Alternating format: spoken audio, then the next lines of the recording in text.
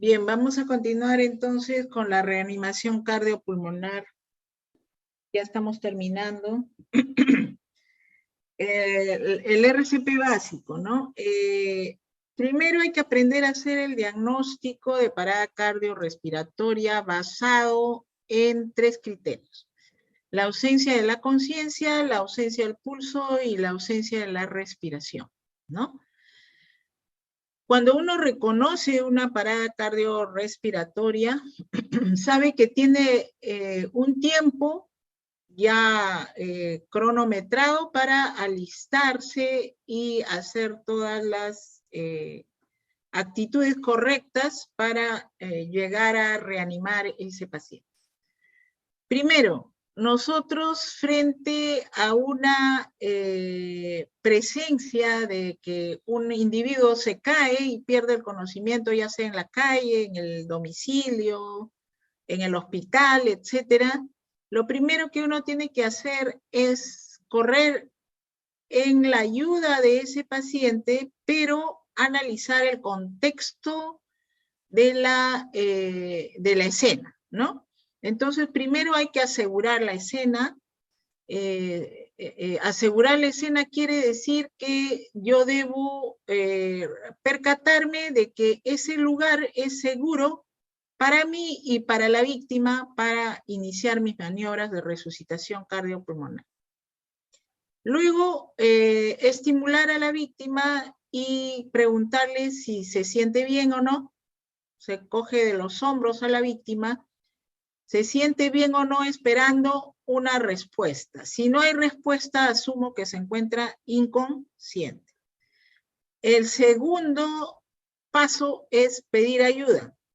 Si hay alguien a mi alrededor, envío a esa persona a pedir ayuda y se le dice que traigan un desfibrilador externo automático.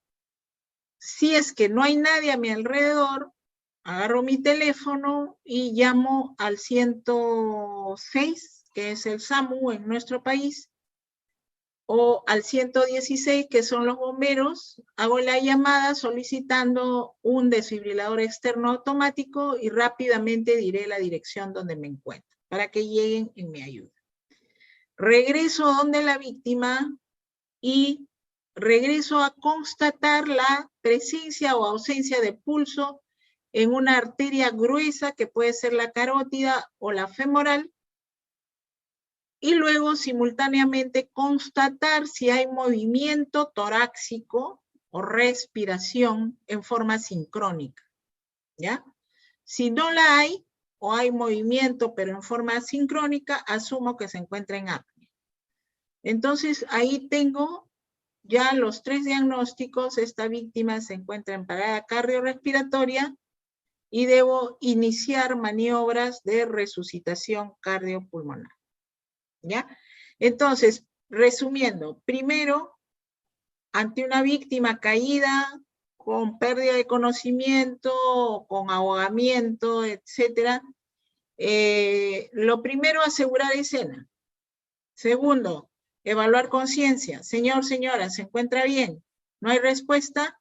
Hago la llamada solicitando un desfibrilador externo automático, ¿no? Tengo una víctima en parada cardiorrespiratoria, necesito un desfibrilador externo automático, digo mi dirección rápidamente y regreso donde la víctima a detectar si hay pulso o no hay pulso, si hay respiración o no hay respiración en forma simultánea, ¿ya? Para iniciar la maniobra de resucitación cardiopulmonar. Entonces, conjunto de maniobras que voy a realizar en la víctima, eso es reanimación cardiopulmonar.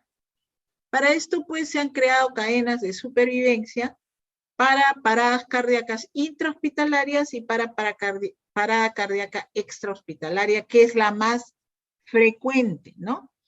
El 80% de las paradas cardiovasculares o cardiorrespiratorias son causadas en forma extrahospitalaria, ¿no? Y dentro de las extrahospitalarias, las paradas cardíacas intradomiciliarias son las más frecuentes. Entonces, es importante saber qué hacer frente a este cuadro, ¿no? Y acá la cadena de supervivencia, pues, organiza los pasos que vengo mencionándoles, ¿no? Y sobre todo el RCP de alta calidad de forma inmediata, esperando hasta que llegue la ayuda con el desfibrilador solicitado. Con el desfibrilador usted va a analizar en qué tipo de ritmo se encuentra la víctima para luego tratarla y luego, si es que obtengo resultados favorables, trasladar a la víctima a un centro donde voy a tener a la víctima con cuidados post-parada cardíaca y con eso mejorar su recuperación o su supervivencia, ¿no? Es diferente cuando la parada se presenta dentro del hospital porque ese paciente se encuentra monitorizado, vigilado y con mayor porcentaje de supervivir porque tengo toda la infraestructura y el personal a la mano, ¿no? La cadena de supervivencia también nos enseña a que nuestra actitud debe ser en forma precoz, ¿no? Tenemos un tiempo en el cual debemos actuar, ¿no? Precoz debe ser las maniobras de resucitación, la llamada y la llegada del desfibrilador externo automático. Y eso se relaciona a mayor o menor supervivencia de la víctima, ¿no? Incluso si no llega el desfibrilador externo automático, el hecho de dar maniobras de resucitación básicas de alta calidad hace que yo mejore la supervivencia de la víctima. Van a encontrar muchos algoritmos donde van a observar que, en resumen, es lo que les vengo diciendo: confirmar la seguridad de la escena, evaluar la conciencia de la víctima, activar el sistema de emergencia, haciendo la llamada y solicitando un DEA, y cuando llegue el DEA, iniciar las maniobras de resucitación cardiopulmonar avanzada, ¿no? Pero puede ser que esta víctima, además, tenga respiración normal y haya pulso, en cuyo caso no está en parada y debo observar a la víctima llamando a un sistema de emergencias de todas maneras porque se desvaneció, ¿no? Pero si hay pulso pero no respira, esa es la otra posibilidad, que tenga pulso la víctima y que no respire. En ese caso voy a asistir la respiración, ¿ya? Hay pulso y he llegado a la apnea, voy a asistir la respiración dando ventilación, una ventilación cada 5 a 6 segundos y no pasar de 10 a 12 respiraciones, ¿no? Y esperar que llegue la ayuda también, ¿no? Entonces, asistir la respiración. Mientras tanto, en el paciente que está inconsciente, que no tiene pulso y que no tiene respiración, inmediatamente hacer las maniobras de resucitación cardiopulmonar básica, dando prioridad a las compresiones torácicas, ¿ya? No quiere decir que no voy a atender la vía aérea, sí la voy a atender, pero fundamentalmente le voy a dar prioridad a la compresión torácica. Entonces vamos a ver cómo debe ser esa compresión torácica. Debe ser en el punto de intersección de dos líneas. La línea horizontal que une las mamilas o los pezones de la víctima con la línea vertical que pasa por el centro del esternón. ¿Qué va a pasar ahí? En ese punto de intersección voy a colocar el talón de mi mano dominante, ¿no? Como ven en la figura, y la otra mano no dominante va a ir con los dedos entrelazados. Hay que arrodillarse al costado de la víctima, una rodilla a la altura del hombro, otra rodilla a la altura de las caderas de la víctima, o otros dicen a la altura del reborde inferior de las costillas. Entonces estamos hablando de separación de rodillas del reanimador, ¿no? No se reanima con las rodillas juntas. Una rodilla a la altura del hombro, otra rodilla a la altura del reborde costal inferior. o de la cadera del paciente, ¿ya? Con mis brazos extendidos sin flexionar codos, con los brazos extendidos sin flexionar codos, debo dejar caer el peso del reanimador sobre el tórax de la víctima. Nuevamente, mano dominante en la unión de dos líneas, horizontal que une las mamilas, vertical que pasa por el centro del esternón. Talón, no dedos. No me apoyo sobre el tórax de la víctima. Talón de la mano dominante. El otro brazo va a ir encima de la mano dominante con los dedos flexionados. Brazos extendidos sin flexionar codos. Debo hacer 100 a 120 compresiones como mínimo por minuto. La compresión debe ser fuerte, rápida. Así como comprimo, debo dejar descomprimir el tórax. ¿Ya? Compresión me garantiza flujo sanguíneo. Descompresión me garantiza llenado ventricular derecho para que en mi próxima compresión impulse mayor cantidad de sangre. Entonces, el tiempo de compresión debe ser el mismo que el tiempo de descompresión. Y luego voy a hacer ciclos de 30 compresiones seguidos de 2 ventilaciones. Si soy el único reanimador, yo mismo 30 compresiones, 2 ventilaciones. En cada ventilación no debo perder más de 1 segundo. La ventilación se hace previa maniobra frente mentón para liberar la vía aérea del peso de la base de la lengua y garantizar que la expiración que voy a dar en la boca de la víctima pase hacia los pulmones y no hacia el estómago. Entonces, miren la posición correcta del reanimador. No se comprime sentado sobre sus talones. Uno se aleja de sus talones. Una rodilla a la altura del hombro, otra rodilla a la altura del reborde costal inferior. Pecho para adelante. O si usted traza una línea imaginaria que une los hombros del reanimador, esa línea debe estar por encima de la unión de las dos manos. O sea, por encima de las muñecas de las dos manos que usted ha situado sobre el tórax de la víctima. ¿Ya? Frecuencia mínima, 100 a 120 por minuto. Profundidad en el adulto, como mínimo 5 centímetros. Las guías actuales dicen hasta 5.5 centímetros. Para esta asignatura vamos a tomar profundidad mínima 5 centímetros. Así como comprimo, debe haber reexpansión del tórax. Las compresiones deben ser ininterrumpidas, no debo suspenderlas por ningún motivo, tan solo por una razón donde vamos a analizar más adelante. Y la ventilación que voy a dar boca a boca a la víctima no debe exceder de 10 respiraciones por minuto. Cada respiración debe durar 1 segundo. Nuevamente otra figura donde ve usted la situación del talón de la mano dominante sobre el esternón al nivel de la línea de la unión de las tetillas. Brazos extendidos sin flexionar los codos.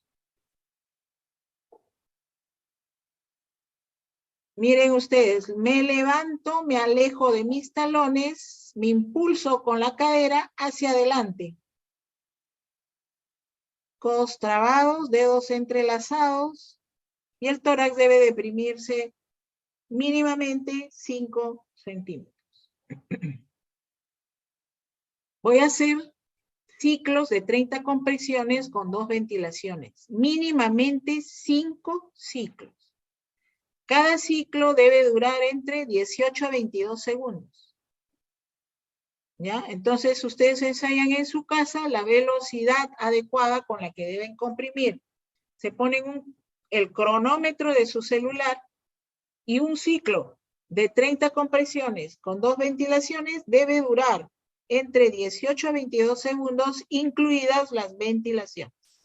Y ahí se dan cuenta ustedes más o menos la velocidad con la que deben comprimir. ¿Ya? A nadie se le obliga a ventilar boca a boca.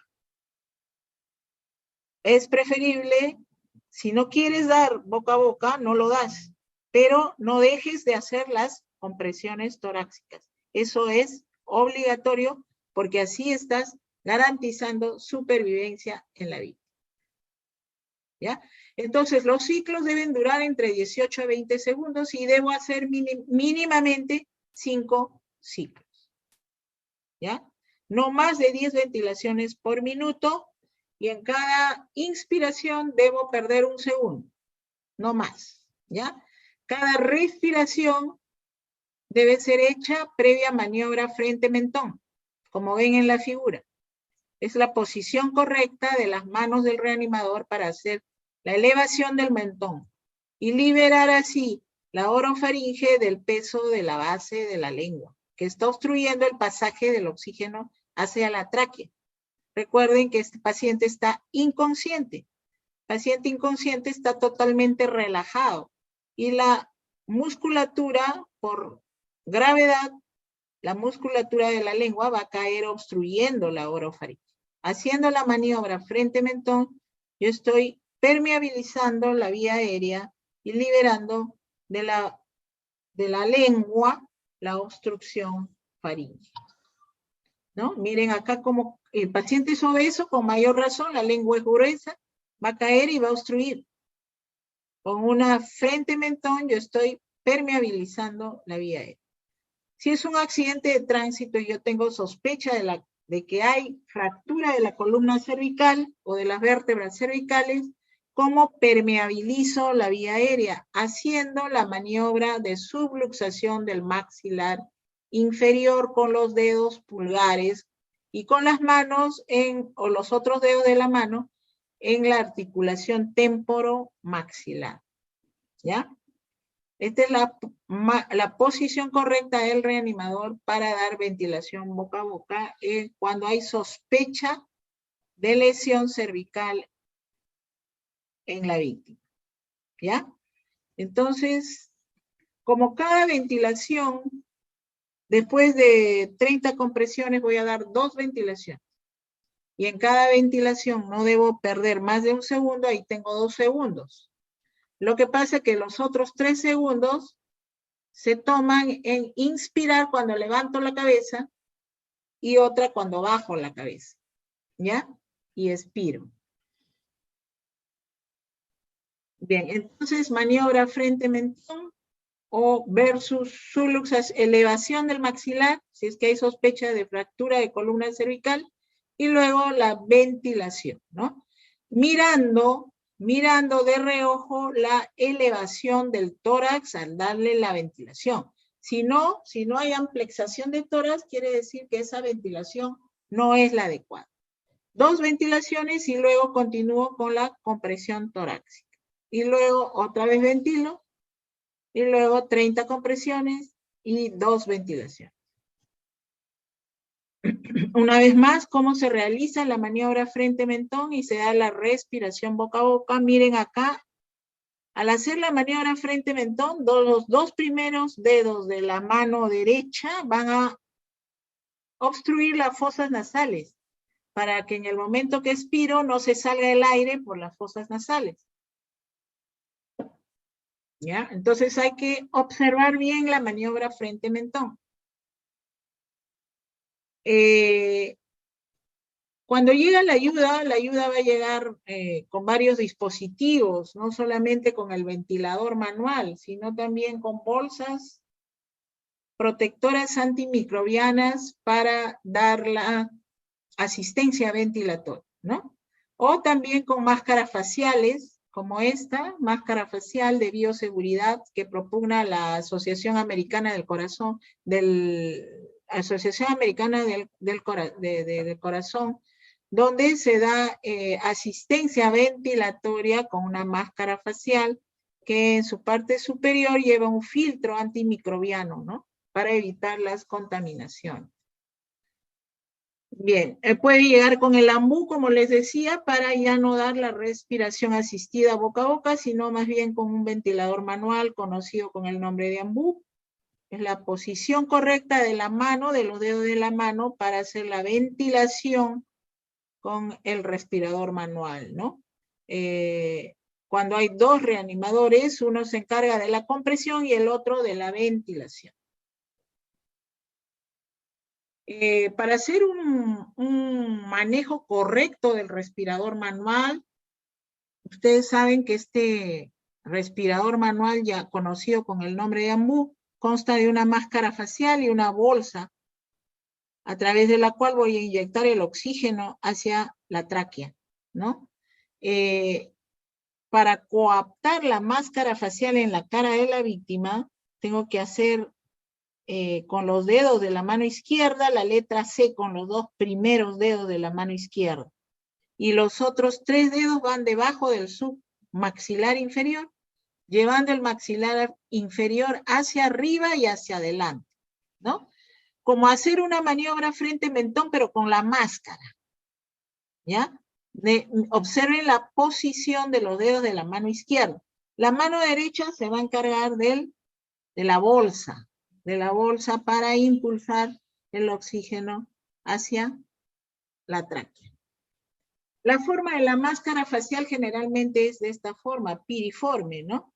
La parte vertical, la parte del ángulo, debe estar en contacto con la pirámide nasal o la parte superior de la nariz. Es la manera correcta de colocar la máscara facial y de manejar el ventilador manual o AMBU. Igualmente, no se deben exceder de 10 a 12, de 10 respiraciones por minuto durante las maniobras de RCP, y ya después, post reanimación del paciente, le puedo dar mayor número de ventilaciones, ¿no? Las guías actuales recomiendan minimizar las interrupciones de las compresiones torácicas al máximo. No debo suspenderlas por ninguna razón. Si hay alguna razón de fuente muy intensa, esa interrupción no debe demorar más de 10 segundos, no más de 10 segundos. Tampoco se debe hiperventilar, no más de 10 respiraciones por minuto, porque la hiperventilación lo que va a hacer es aumentar la presión intratorácica, intragástrica, y lo que va a hacer es favorecer la regurgitación del tubo digestivo y se puede complicar con una aspiración pulmonar. La hiperventilación, a su vez, aumenta la presión intratorácica, impidiendo el retorno venoso y el llenado del ventrículo derecho, ¿no? Generalmente se calcula que el ser humano se cansa en 2 minutos de comprimir el tórax de la víctima, ¿no? Disminuye la fuerza, la intensidad de la fuerza. Por lo tanto, los rescatadores deben rotar cada 2 minutos.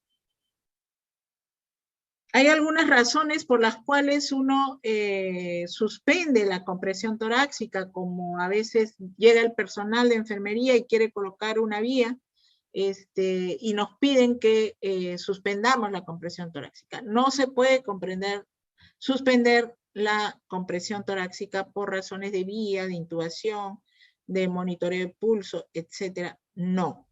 La única razón por la cual se puede suspender la compresión torácica es cuando llega el DEA, el desfibrilador externo automático, y el DEA pide analizar el ritmo. En ese momento uno suspende la compresión torácica.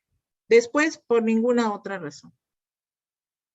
La pregunta será, ¿hasta cuándo voy a continuar con las maniobras de resucitación cardiopulmonar?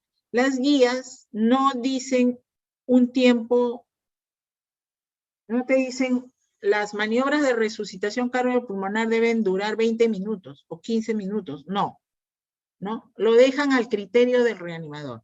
El reanimador debe tomar en cuenta si presenció o no presenció la parada cardiorrespiratoria.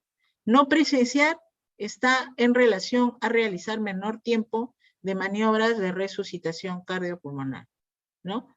Las maniobras de RCP se deben suspender también cuando ya la víctima recobra la conciencia, recobra el pulso, y la respiración, ¿ya?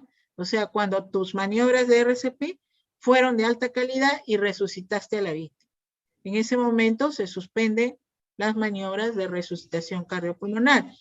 Otra razón puede ser que el reanimador decida parar el RCP porque no presenció el paro, no sabe cuánto tiempo pasó, ¿no? O si es que el reanimador ve que está haciendo un RCP de alta calidad, pero no hay ayuda, no llega la ayuda y ya pasaron un tiempo prudente que él cree conveniente ya por fatiga suspender las maniobras de resucitación cardiopulmonar. Bien, estos algoritmos resumen el RCP básico, ¿no? Asegurando escena, examinando a la víctima, si responde o no responde. Si no responde, solicitar, activar la llamada de emergencia solicitando un desfibrilador y luego ir a ver si respira y tiene pulso. Si no hay respiración ni pulso, inicio RCP básico con las compresiones torácicas fuertes y rápidas mientras espero que llegue el desfibrilador solicitado, ¿no? Bien, acá las recomendaciones y lo que no deben hacer los reanimadores, ¿ya? Frecuencia mínima, vuelvo a repetir, 100 a 120 por minuto, profundidad mínima, 5 centímetros en el adulto. El tiempo de descompresión debe ser igual al tiempo de compresión torácica. Minimizar las pausas de las compresiones y no dar más de 10 ventilaciones por minuto. Recuerden que deben hacer 5 ciclos como mínimo por minuto de 30 compresiones y 2 ventilaciones cada ciclo. Con esto hemos terminado el RCP básico. Vamos a continuar con el RCP avanzado que implica desde la llegada del desfibrilador externo automático, ¿no? Ya, esto es lo último y con esto terminamos. El desfibrilador externo automático es un aparato portátil, ¿no? De diseño muy simple que está hecho para que cualquier persona pueda usarlo, ¿no? No necesariamente esa persona tiene que ser o estar relacionado con el tema de la salud, ¿no? El desfibrilador debe ser usado o es diseñado así tan simplemente precisamente para acortar los tiempos de atención a la víctima en parada cardiorrespiratoria, ¿no?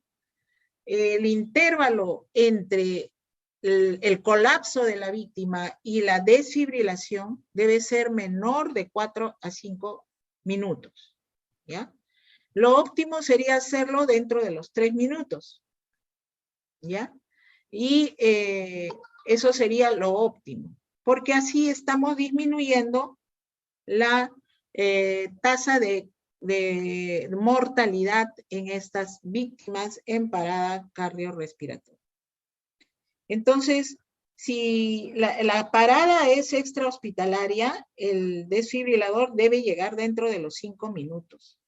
Si la parada es intrahospitalaria, el desfibrilador debe ser usado mínimo en 3 minutos.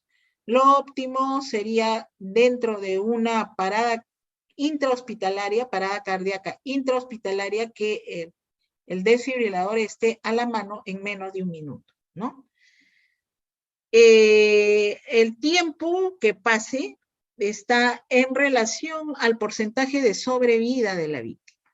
Cada minuto en que se retrasa en hacer la desfibrilación, el porcentaje de sobrevida disminuye en un 10%, ¿no? Entonces, lo que se recomienda actualmente es una desfibrilación precoz para aumentar la supervivencia de la víctima. En otros países desarrollados, el desfibrilador se encuentra en una cajita donde uno rompe el vidrio y accede al desfibrilador externo automático, ¿no? Justamente por esa razón, porque se ha demostrado que el uso de la desfibrilación precoz acorta el porcentaje de supervivencia de la víctima. El DEA ha sido entonces diseñado para usarlo rápidamente en forma precoz y de uso muy fácil, ¿no? Muy fácil. Ahí lo tienen los diferentes modelos de DEA, ¿no? Algunos tienen pantalla, otros una pequeña pantalla. Todos van a funcionar con parches autoadhesivos y todos, desde que se abre, se va a prender el botón de activación del DEA y rápidamente él va a dar las indicaciones para el manejo de parada cardíaca respiratoria, ¿no? Existen otros monitores desfibriladores, como son los de uso manual, ¿no? Y los que tenemos en la gran mayoría de hospitales de nuestro país son los manuales. Estos no son portátiles, no hablan, no te indican qué es lo que tienes que hacer con el paciente, con la víctima, no hacen el diagnóstico, más bien tienen múltiples botones, ¿no? Que tú debes conocer y debes hacer el diagnóstico del tipo de paro en el que se encuentra la víctima. Estos no funcionan con parches autoadhesivos, funcionan con palas metálicas, las cuales debo poner en contacto con la pared torácica para hacer la desfibrilación, ¿no? Existen corrientes de onda monofásica y onda bifásica. La gran mayoría de DEAs funcionan con onda bifásica. La corriente va a circular desde el miocardio hacia la zona infraclavicular derecha. Y la corriente va a circular así nuevamente al miocardio y hacia la zona subclavicular derecha, ¿no? En cambio, hay desfibriladores más antiguos que funcionan con onda monofásica y que solo van en una dirección. Como vuelvo a repetir, los DEAs funcionan con corriente bifásica en su mayoría y hay desfibriladores manuales más modernos que funcionan con corriente bifásica y los más antiguos de corriente monofásica, ¿no? Para el uso del DEA hay que seguir unos pasos universales, que es primero encender el DEA y luego colocar los parches autoadhesivos, uno en la región subclavicular derecha y otro en la región izquierda a la altura del cuarto-quinto espacio intercostal, línea axilar media, ¿no? Se abre, se activa el DEA y el DEA te indica, ¿no? Coloca los parches y luego te dice, voy a analizar el ritmo. En ese momento se suspenden las compresiones torácicas y uno se aleja de la víctima. No tocar la víctima porque voy a analizar el ritmo, es lo que indica el DEA. Usted suspende las compresiones torácicas, se aleja y espera que el DEA analice el ritmo. ¿Qué significa analizar el ritmo? Analizar el ritmo significa detectar si el ritmo de parada en la que se encuentra la víctima es desfibrilable o no desfibrilable. ¿Ya? Y de acuerdo a eso, darle el tratamiento específico. Un parche, miren acá, va a ir en la región infraclavicular derecha. Generalmente el parche dice esternón y el otro parche dice apex, ¿no? Y va a ir en la línea media axilar izquierda a la altura del cuarto y quinto espacio intercostal. La corriente bifásica, la colocación de los parches es muy importante, ¿no? Ni muy juntos ni muy alejados, de tal manera que la corriente agarre la mayor cantidad de miocardio posible, ¿ya? Cuando el DEA dice voy a analizar el ritmo, en ese momento uno se aleja y suspende las compresiones torácicas. Luego, si el DEA analizando ritmo decide descargar, va a descargar, ¿ya? El DEA descarga entre 150 a 220 joules en adultos, ¿ya? Entonces, va a descargar y después de haber hecho la descarga, te avisa y dice, inicia nuevamente, puedes tocar a la víctima, inicia tu RCP básico por 2 minutos más. Al cabo de esos 2 minutos, nuevamente te va a decir, aléjate, voy a analizar el ritmo, para ver si es que el ritmo es desfibrilable o no desfibrilable. Como ven, el DEA el diagnóstico del tipo de paro y le indica a usted si se aleja o si debe tocar al paciente. Esa es la sincronización de las maniobras de RCP. Él va a hacer el ADSCAT. Pero si usted no tiene la suerte de tener un DEA a la mano, y si más bien lo que tiene es un manual, como hemos visto en la figura anterior, el manual funciona con palas metálicas, no funciona con parches autoadhesivos, y tiene una pantalla grandota donde usted va a ver el ritmo en el que se encuentra la víctima, ¿ya? Y debe hacer el diagnóstico. Hay 4 ritmos de parada cardiorrespiratoria. El primero es taquicardia ventricular sin pulso. El segundo es desfibrilación ventricular. Perdón, fibrilación ventricular. El tercero es actividad eléctrica sin pulso y el cuarto asistolia. Los 2 primeros se tratan con descarga eléctrica, con desfibrilación, tanto taquicardia ventricular como fibrilación ventricular. Entonces son los ritmos desfibrilables. Y los otros 2 últimos ritmos, actividad eléctrica sin pulso y asistolia, son los no desfibrilables. ¿Con qué se van a tratar? Con RCP básico.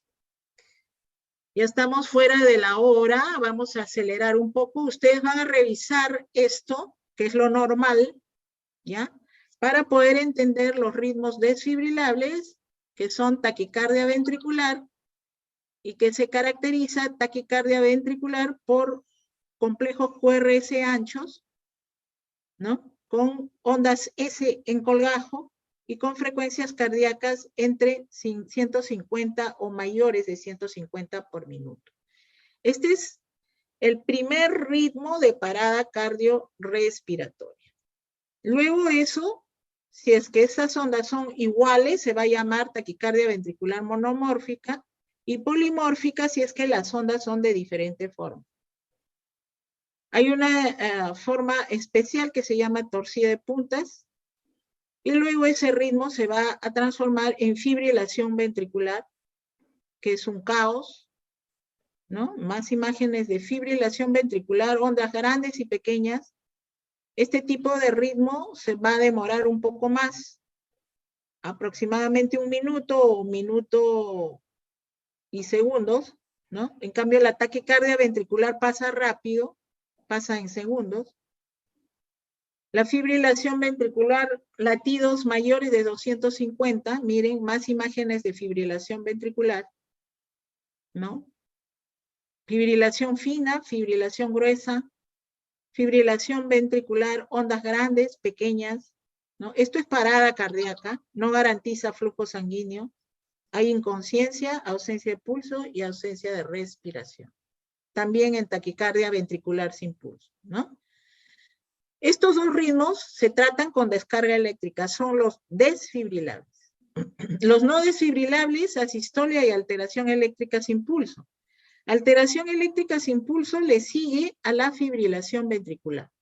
Si la fibrilación ventricular va a durar 1 minuto, luego se va a transformar en alteración eléctrica sin pulso, que es cualquier otro ritmo que no sean ninguno de los 2 primeros, ni asistolia, y la víctima se encuentra en inconsciencia, en ausencia de pulso y en ausencia de respiración, ¿ya?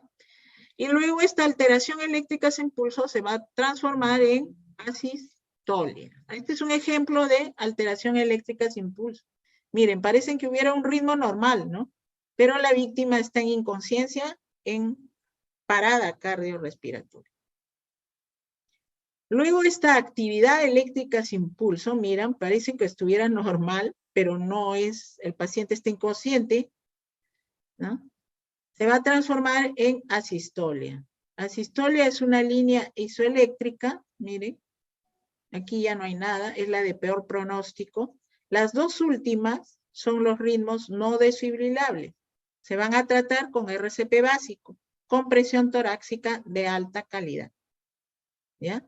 Estos no se tratan con descarga eléctrica. Y son las de peor pronóstico, tanto alteración eléctrica sin pulso como asistolia. Bueno, eso es en cuanto a desfibrilación, ¿no? en adultos. En niños se desfibrilan 2 a 4 joules por kilo de peso. Entonces, estamos acá en el algoritmo haciendo RCP básico, compresión torácica. Llega el DEA para analizar si estoy en ritmo desfibrilable o en ritmo no desfibrilable. Si estoy en ritmo desfibrilable, o sea, detecta el DEA TB o FB, va a descargar. ¿Ya? Y luego de esa descarga, te va a pedir que continúes con el RCP básico por 2 minutos más. Al cabo de esos 2 minutos, nuevamente va a analizar el ritmo. Si es desfibrilable, va a listar su segunda descarga.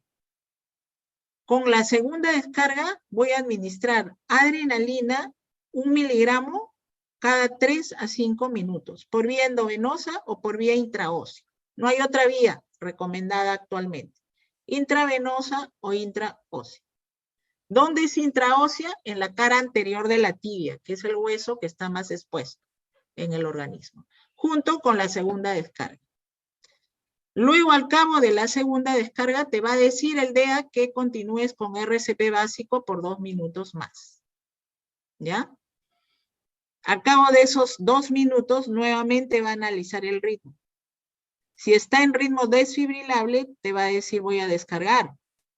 Y junto con esa segunda descarga voy a aunar el uso intravenoso de antiarrítmicos. ¿Ya? ¿Qué antiarrítmicos tengo en RCP? Amiodarona y lidocaína. Amiodarona, 300 miligramos en bolo, para luego seguir con una infusión de 150 miligramos. Lidocaína, dosis 1 a 2 miligramos por kilo de peso para adultos, por vía intravenosa o intraósea, cualquiera de los dos. ¿Ya? ¿Qué pasa si el DEA detecta ritmos no desfibrilables? Pues el tratamiento no es descarga, sino RCP básico. Al cabo de los 2 minutos, nuevamente el DEA analizará el ritmo para ver si sigue en no desfibrilable, en cuyo caso sigues con el RCP por 2 minutos más, o sigue en desfibrilable, en cuyo caso cambiarás el algoritmo y descargarás. Muy bien. Conjuntamente con este RCP avanzado, tengo que simultáneamente averiguar la causa que desencadenó la parada cardiorrespiratoria. Recuerden que la etiología de la parada cardiorrespiratoria estadísticamente en el 60% es de origen cardiovascular, ¿no? El síndrome de insuficiencia coronaria aguda, el infarto del miocardio. Entonces hay que tratar la bomba, hay que apoyar la bomba con la compresión torácica, pero pueden haber otras causas, ¿no? Como los shocks hemorrágicos, las hipovolemias. En ese caso el tratamiento es, claro, RCP de inmediato, pero a la vez administración de grandes cantidades de sangre y parar la hemorragia, ¿no? Así haga un RCP de alta calidad, si no paro la hemorragia, el paciente se va a morir. Tratar los síndromes metabólicos, tratar las alteraciones del equilibrio hidroelectrolítico, iónico, por resucitar al paciente con un RCP excelente, pero si no he corregido el medio interno, el paciente va a reentrar en parada cardiorrespiratoria. Entonces tengo que hacer un estudio simultáneo durante las maniobras de RCP de cuál puede ser la causa que desencadenó la parada cardiorrespiratoria.